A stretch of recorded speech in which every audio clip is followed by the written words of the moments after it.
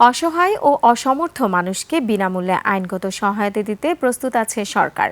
যদি কেউ এই সেবা থেকে বঞ্চিত হন তাহলে সরাসরি মন্ত্রণালয়ে জানানোর আহ্বান জানিয়েছেন আইনমন্ত্রী মোহাম্মদ আসাদুজ্জামান। সকালে জাতীয় আইনগত সহায়তা দিবসে রাজধানীর করাইল বস্তিতে ভ্রাম্যমাণ লিগ্যাল এইড ক্যাম্প উদ্বোধন করেন মন্ত্রী।